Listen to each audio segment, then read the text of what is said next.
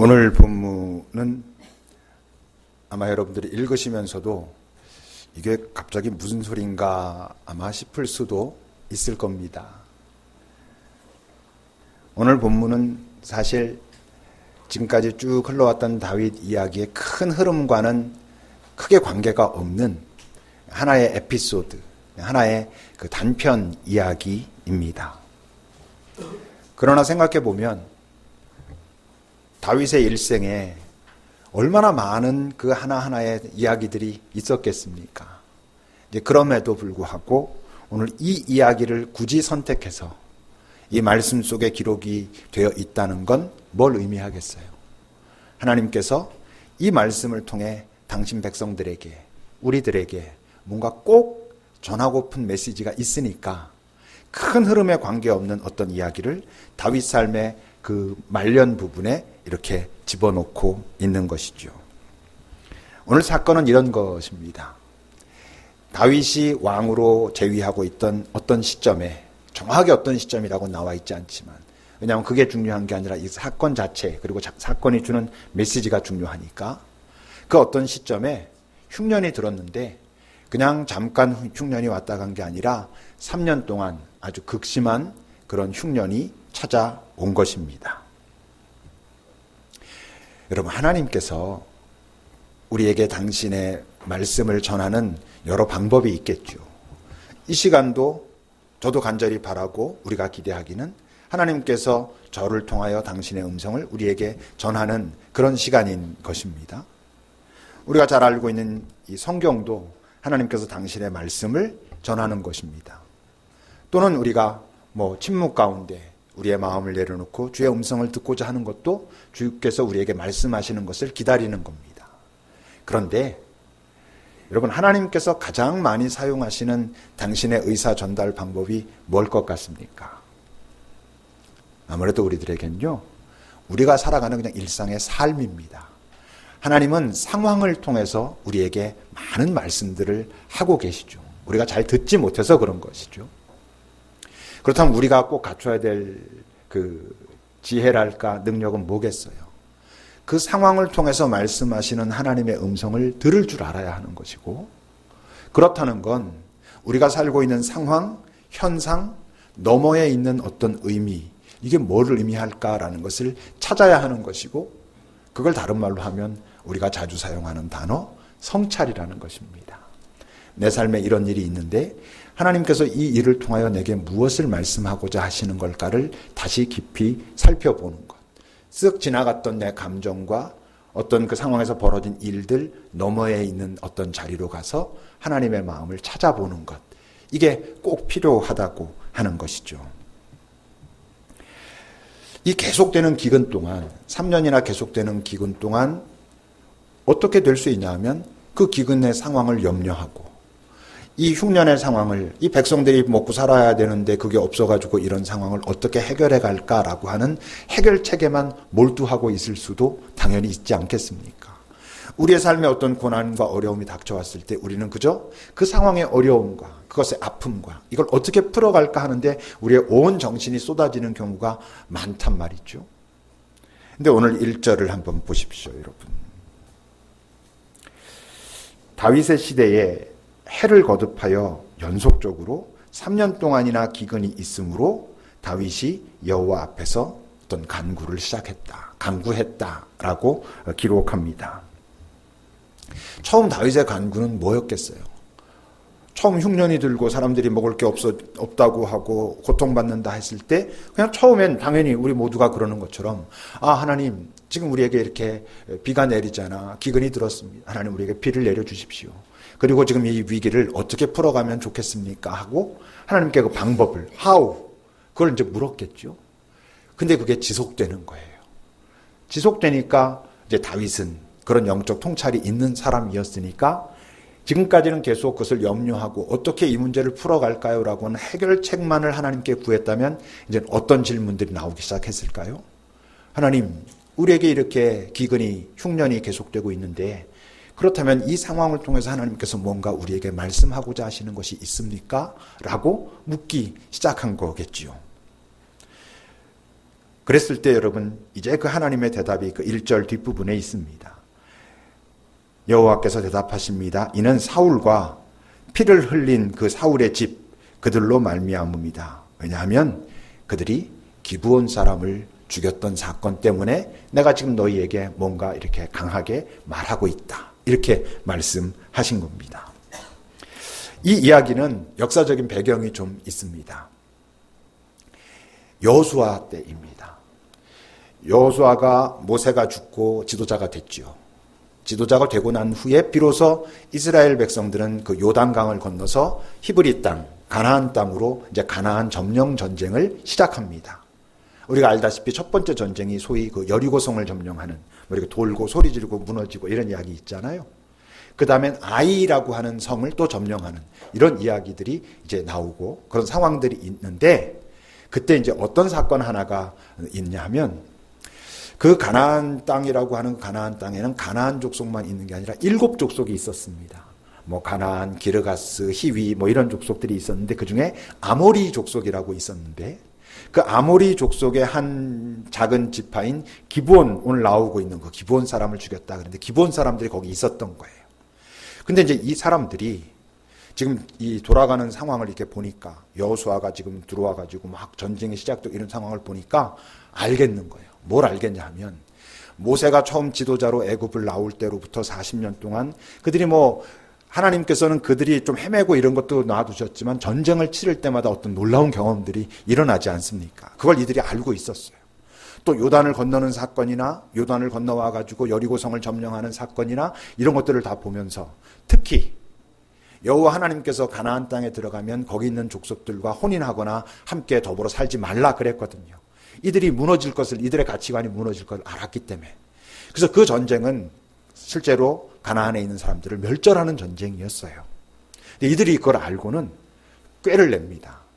우리가 이 가나안 땅에 있는 사람이라고 하지 말자. 우리 저 먼 곳에서 온 걸로 하고, 옷도 좀 허름하게 하고, 이러고는 이제 이스라엘 백성에게 온 거예요. 여호수아에게 와가지고, 우리가 저 먼 곳에서 왔는데 우리가 당신들에게 투항하려고 합니다. 당신들의 종이 되겠습니다. 라고 이제 말을 한 것이죠.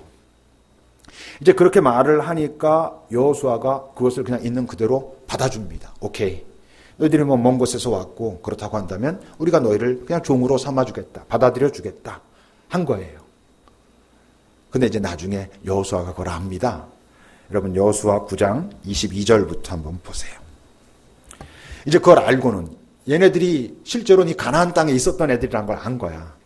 그래가지고 그들을 불러다가 그들을 꾸중하면서 말하는 거예요. 너희들이 우리 가운데 거주하면서, 우리 가운데란 이 바로 가나안 땅, 이 히브리 땅에 거주하면, 이 팔레스타인 땅에 지금 거주하고 있으면서 어찌 심히 먼 곳에서 왔다고 너희들 우리를 속였냐. 근데 이제 여호수아는 속아가지고 이미 맹세를 했어, 하나님과.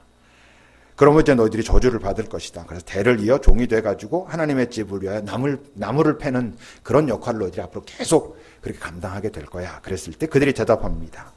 당신의 하나님 여호와께서 그 종 모세에게 명령하셔서 이 땅을 다 당신들에게 주고 또 이 땅의 모든 주민을 당신들 앞에서 멸하라 하신 것이 우리도 들어서 알고 있었습니다. 그래서 우리가 결국 죽을 것이라 생각해서 그런 꾀를 냈고, 그래서 당신들 앞에 왔습니다. 그러니 이제 우리가 어쩌겠습니까? 당신들이 우리의 생사화복을 다 갖고 있으니 마음대로 하십시오. 그랬지만 여호수아가 이미 약속을 했으니까, 그래서 26절을 보면 그냥 그대로 그들에게 행합니다. 뭐 받아들이기로 한 약속 그대로 해가지고, 그럼 너희들 그냥, 이놈들 너희들 좀 괘씸하긴 하지만 이미 뭐 우리가 그걸 하나님께 잘 묻지도 않고 다 받아들이기로 했으니 어쩌겠냐, 같이 살자, 이렇게 된 거예요. 그런데 어떤 일이 벌어졌다는 거예요? 오늘 본문 2절을 보십시오.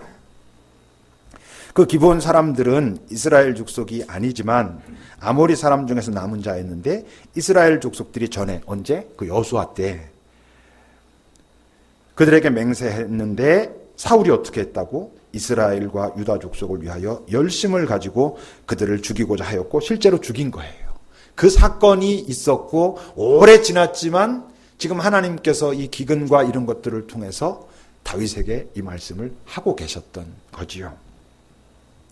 그 2절에 보면 사울이 이스라엘과 유다 족속을 위하여 열심히 있었다 그러죠. 이 사울의 열심, 이런 걸 우리가 여러분 조심해야 됩니다. 사울의 의식은 뭐였겠어요? 이 이스라엘 땅에 분명히 하나님께서 전에 이 가나안 땅에 들어가면 이방 민족과 같이 연합하여 살지 말라 했는데 여전히 이들이 남아있는 걸 보니 하나님이 기뻐하지 않겠다. 그러니 이들을 멸절하는 게 옳다. 그것이 하나님과 이스라엘과 유다를 위하여 잘하는 일이다라고 그는 확신했을 것이고, 그리고는 이제 그 열심을 가지고 그 일을 다 행했던 것이죠. 본인은 틀림없이 하나님을 위한 열심이라고 생각했을 것입니다. 우리가 여러분 살면서 우리가 뭐 연약한 존재들이니까 경계해야 할 것들이 많이 있죠. 그 중에서도 여러분 우리가 특히 경계해야 할 것이 있는데 그게 뭐냐 하면 그 확신, 그걸 여러분 꼭 경계하며 살아야 합니다. 그 확신이 강할수록 우리는 더 의심해 봐야 되고요. 그 확신이 강한 상태에서 뭔가를 막 선택해야 될 것 같고 빨리 하는 것이 맞는 것 같을 때일수록 그 선택을 유보하고 다시 잘 살펴보는 그런 작업을 꼭 해야 됩니다. 뭐 자주 말하지만 구원의 확신, 여러분 구원의 확신을 가진 사이비들도 위험하지만요, 이 주류교회에서 조금도 흔들리지 않는 구원의 확신을 가진 사람들도 의외로 참 위험하거든요. 그들의 말, 행동, 선택 이런 것들이 실제로는 하나님의 마음과 다른 경우들이 얼마든지 있을 수 있거든요. 확신을 경계한다는 건 불신한다는 게 아니에요. 확신의 반대는 불신이 아니고 조심스러움이고 떨림이고 자기 경계고 내 의심이고 나 자신에 대한 믿지 못하는 마음, 그런 것들이 여러분 우리의 삶에는 꼭 필요합니다. 역사를 보세요. 이 역사의 흐름 속에서 아주 대표적인 악한 행위들, 이 역사 속에 정말 대표적인 악한 행위일수록 그것을 진행했던 사람들은 다른 어떤 것보다도 강한 확신 가운데 그것을 진행했다는 걸 우리는 봐야 돼요. 그 수많은 전쟁들, 십자군 전쟁도 거기에 포함됐죠. 진짜 확신했거든요. 하나님께서 저 땅을 우리가 정복하기를 원하신다. 아니었거든요. 아우슈비츠로 대표되는, 그리고 지금 이 시대에도 곳곳에서 일어나고 있는 인종 청소 같은 경우도 그것을 진행하는 사람들은 아주 확신 가운데 그것을 합니다. 그것이 인류를 위한, 그게 평화를 위한 것이라고 하고요. 노예제도도 하나님의 뜻이라고 확신하면서 그들이 진행했던 거고요. 한국 근현대사에서 외쳐졌던 소위 그 구국의 결단이라는 말의 대부분은 악한 것들이었습니다. 그래서 우리가 그 확신의 문제를, 정말 확신을 확신하기 시작하면 우리는 참 위험에 빠질 수 있습니다. 그 사울의 확신, 사울의 그래서 그 확신으로부터 나온 열심, 그 확신과 열심이 뭘 듣지 못하게 했어요? 분명히 오늘의 이 말씀의 맥락을 보면 하나님은 노 이러신 거거든. 아니, 나는 기브온 족속들이 그들이 정말 그 간절함 가운데 어떻게 보면 술수고 어떻게 보면 그들의 절박함 가운데 그렇게 했던 걸 난 인정해. 난 그들이 그래서 이 땅에 살아도 괜찮아 라고 하시고 있는데 사울은 듣지 못해요. 왜? 그의 확신 때문에, 그의 열심 때문에 듣지 못합니다. 그리고 오늘 하나님께서는 이런 상황을 통해서 다윗에게 말씀하고 계셔요. 그래서 다윗이 이제 그들을 부릅니다. 3절입니다. 다윗이 그들에게 묻되 내가 너희를 위하여 어떻게 하랴? 내가 어떻게 속죄해야 너희가 여호와의 기업을 위하여 복을 빌겠느냐? 여러분 가만히 생각해 보면 이 말 들으면서 지금 기브온의 대표들이 다윗 왕궁에 들어가서 다윗과 얘기하고 있는데 놀라지 않았겠습니까? 당황하지 않았겠습니까? 뭐 그런 시간이 지나면서 깊은 감동이 있지 않았겠습니까? 왜? 왜 이스라엘의 하나님 여호와인데 우리의 이 원한과 아픔에 관심이 있지?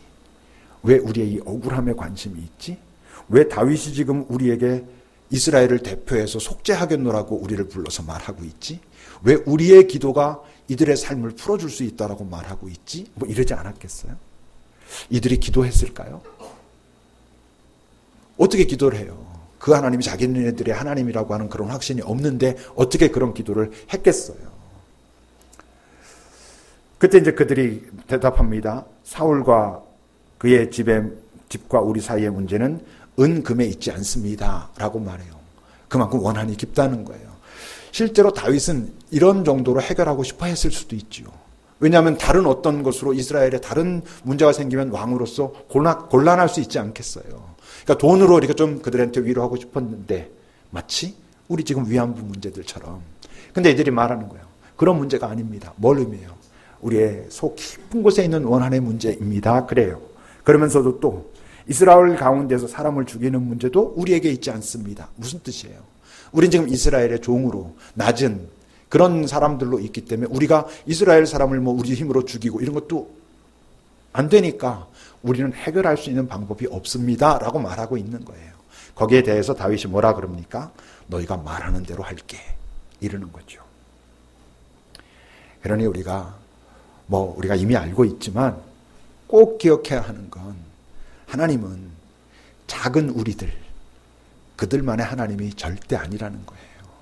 소수의 하나님이 결코 아니라고. 더 넓은 하나님은 더 많은 것들을 보고 계시다고 하는 것을 우리가 놓치면 안 되는 것이죠. 그래서 이제 그들이 뭘 요구합니까? 5절 6절을 보십시오. 그들이 왕께 말합니다. 그렇다면 우리가 말하겠습니다.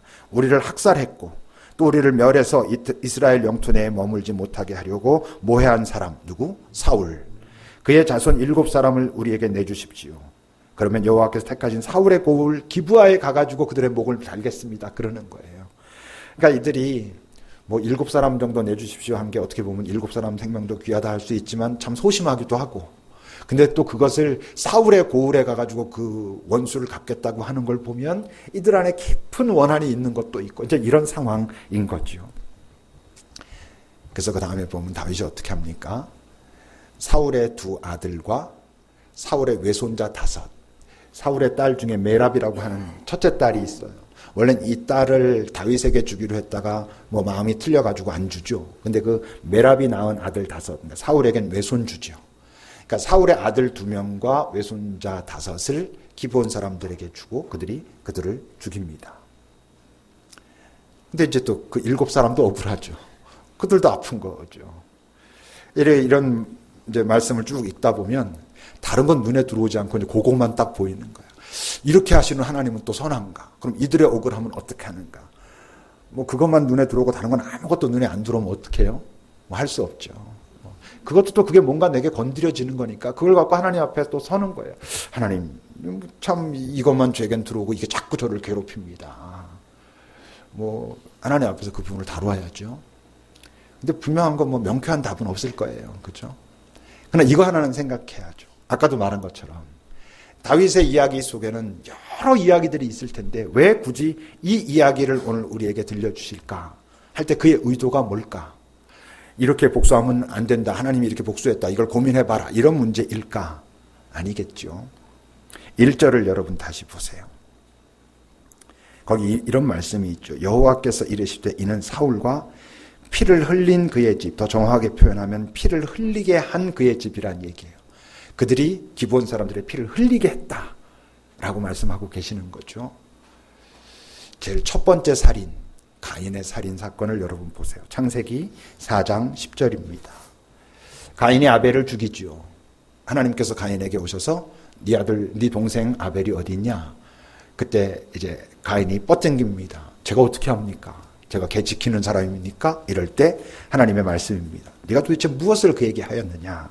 네 아우의 핏소리가 땅에서부터 내게 호소한다 라고 말씀하셔요.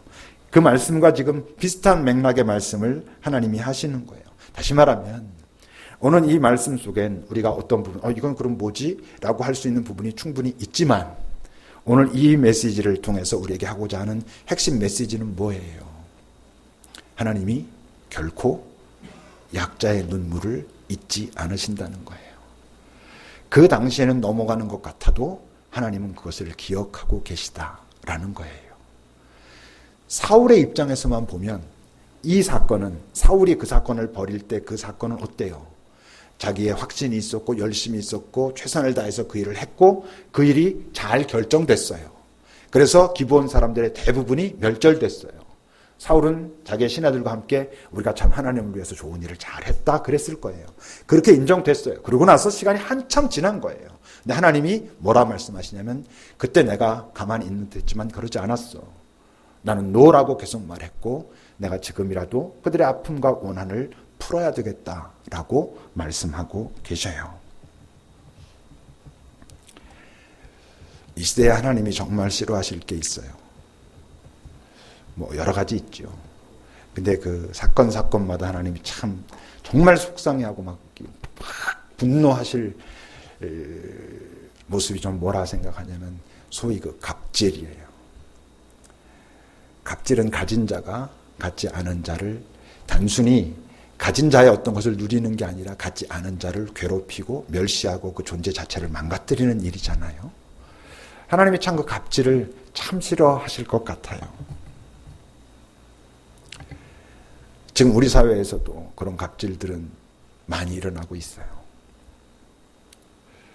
힘 있는 자들이 종교인 과세 이야기를 아시죠? 우리 교회도 이제 내년부터 그걸 할 거예요. 근데 그걸 반대해요. 주류 교단의 주류 지도자들이. 여러 이유를 대지만 실제로는 결국 그 돈의 어떤 행방의 문제, 소득의 문제, 소유의 문제 이런 거가 다 있어요.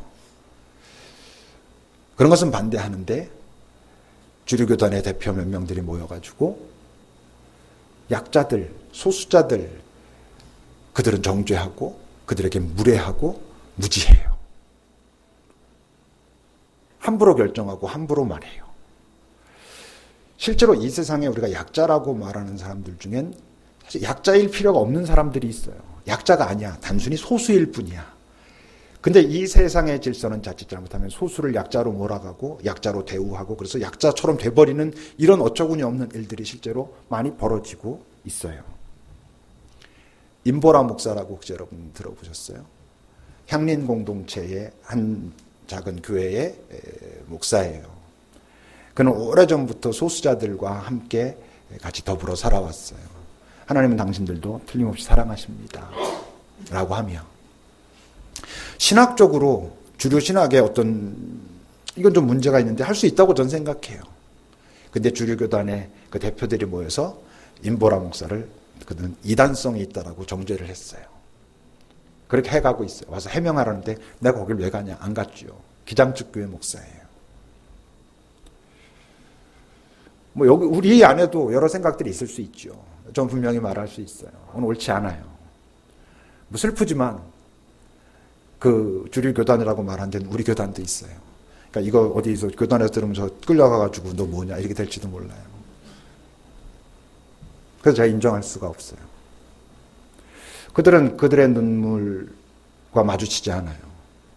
하나님과도 마주치지 않아요. 왠 줄 알아요? 확신하거든.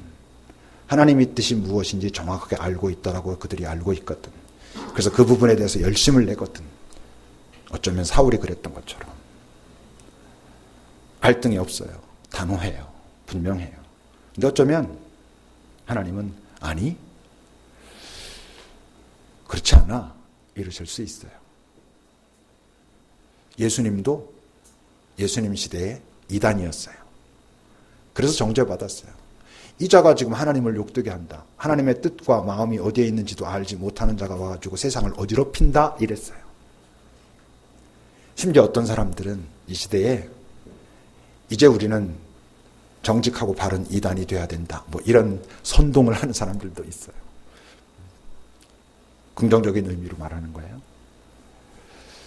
우리가 하나님을 두려워하지 않으면 하나님의 말씀 속에 담긴 하나님의 그 깊은 그의 마음과 그의 탄식을 듣지 않으면 우리는 마치 오늘 사울이 하나님의 영광을 위하여 하나님의 백성을 위하여라고 했던 그 잘못된 확신과 그리고 열심으로 하나님의 마음을 망가뜨릴 수 있어요.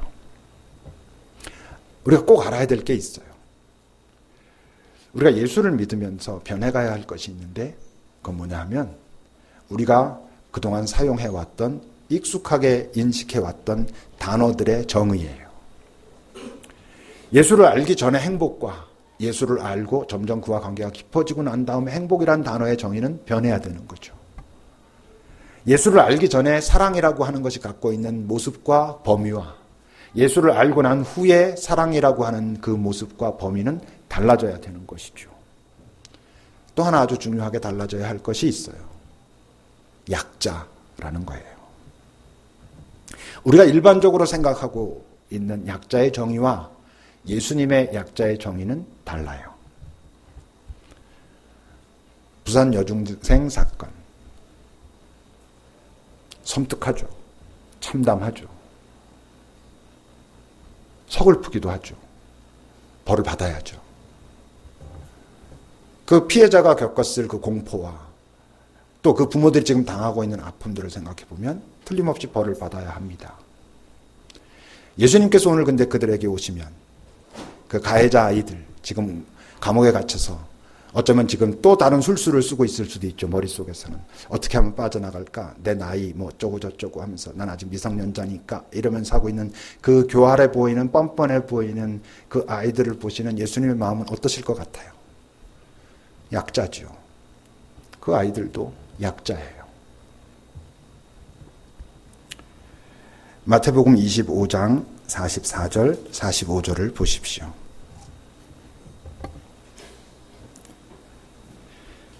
이 장면은 우리가 다 알다시피 양과 염소 비유를 말씀하시는 그 장면이에요.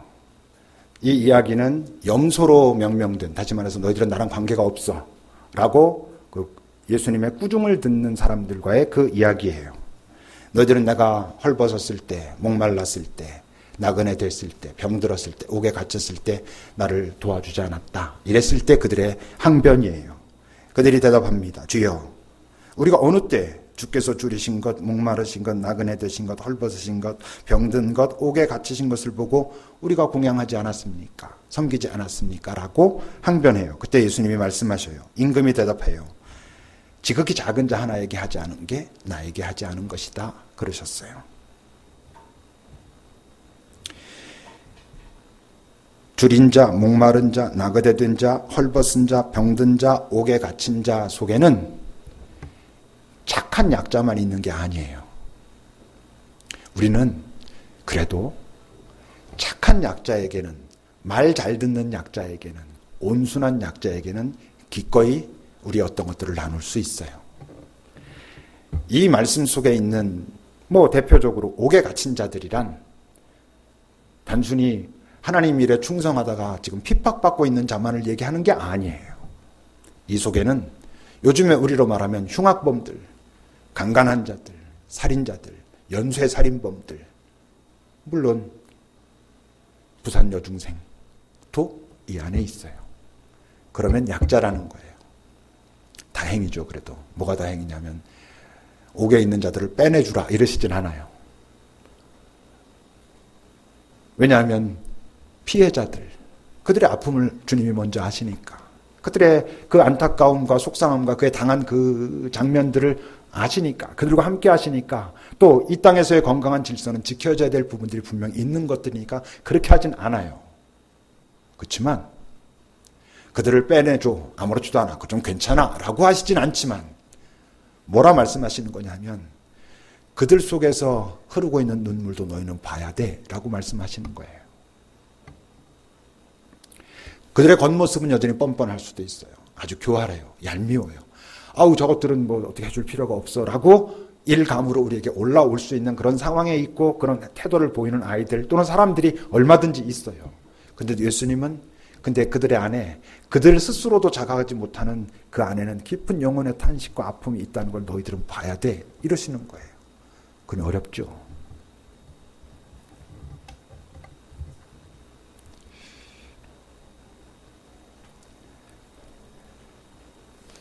약자와 함께 산다는 게 그래서 어려워요. 우린 자주 나 자신이 약자인 것 같거든. 또 약자일 때가 많이 있거든. 근데 무슨 내가 약자를 찾고 돕고 그들의 눈물을 닦아주고 이러는 게 쉽지 않은 게 맞아요. 그죠? 약자나 만들지 않고 살면 다행 아닐까 이럴 때들이 있어요. 여러분들은 약자를 만드시진 않습니까? 대부분 아니시겠죠. 근데 위험한 사람들이 있어요. 부모들이에요. 자기 자식을 약자로 만들고 있을 수 있어요. 뭘로? 자기네들의 확신으로, 지금까지 살아왔던 삶의 경험으로 그 확신을 가지고 그 아이들한테 최선을 다해서 열심을 하고 있는데 이렇게까지는 아니겠지만 사울처럼 하나님이 난 그렇지 않은데 이러실 수도 있어요. 자녀들의 눈물을 두려워하셔야 돼요. 지분이란 말이 정확한 표현은 아니지만 우리 부모들이 아이들한테 대해서 갖고 있는 지분은 기껏해야 20년, 많아야 30년이에요. 근데 하나님은 그 아이들에 대해서 영원히 지분을 갖고 계시거든요. 그러니까 하나님께 더 우선권이 있어요. 그 아이들의 눈물을 잘 살펴봐야 돼요. 나는 그 아이들한테 분명히 잘하려고 하는 거고 너희들의 행복을 위하여 하는 거라고 하는 그 우리의 확신을 의심해 보지 않으면 정말 하나님도 그러실까? 이 세상 질서에서 볼 땐 분명히 내 생각이 맞는 것 같은데 정말 하나님도 그러실까라는 고민을 해보지 않으면 하나님이 노라고 말씀하시는데 나는 못 듣고 있을 수도 있어요. 그럼 뭐 약자를 만들지 않는 최선을 다하면 될까? 오늘 그 염소로 명명된 그 염소들이 사람들을 옥에 보냈겠어요? 그 사람들이 꼭 다 사람들의 먹을 거 뺏어서 그 사람들이 배고프게 됐겠어요?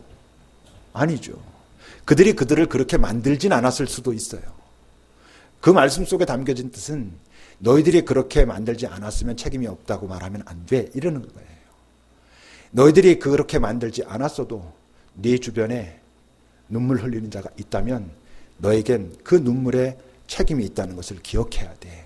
네가 감당해야 할 어떤 책임이 있다는 것을 기억해야 돼. 라고 주님이 말씀하고 계신 걸 우리가 기억해야 돼요. 예수 믿고 사는 게 힘든 거예요. 그래서 예수 믿고 이 땅에 사는 게 이제 내가 예수님 믿었으니 주님이 내 소원 다 들어주실 것이다. 이렇게 살면 이 다음에 예수님 앞에 가서 너 뭐하고 왔니? 이러지는 거예요. 염소들이 당황했잖아요. 자주 말하지만 이 염소들은 단 한 번도 자신들이 하나님의 구원의 범위에서 빠졌을 거라는 걸 생각을 해본 적이 없기 때문에 이들이 당황하는 거예요. 아니 주여 우리가 그동안 얼마나 이렇게 했는데 우리한테 이러십니까? 섭섭합니다. 그러는 거예요. 근데 이 임금은 예수님은 나희들 너 몰라 라고 말씀하십니다. 우리가 사실 약자의 눈물에 관심 갖지 않고 살아도 심지어 뭐 내가 의도적은 아니어도 나도 모르는 사이에 약자를 만들며 살아도 언뜻 별일 없을 가능성이 참 많아요. 내가 뭐 가진 게 있고 이렇게 사니까. 근데 기억해야 돼요. 뭘? 하나님은 기억하신다. 기억하고 계시다. 나와 분명히 그 부분에 대해서 결산하자 하신다. 라는 것을 기억해야 돼요. 기도합시다.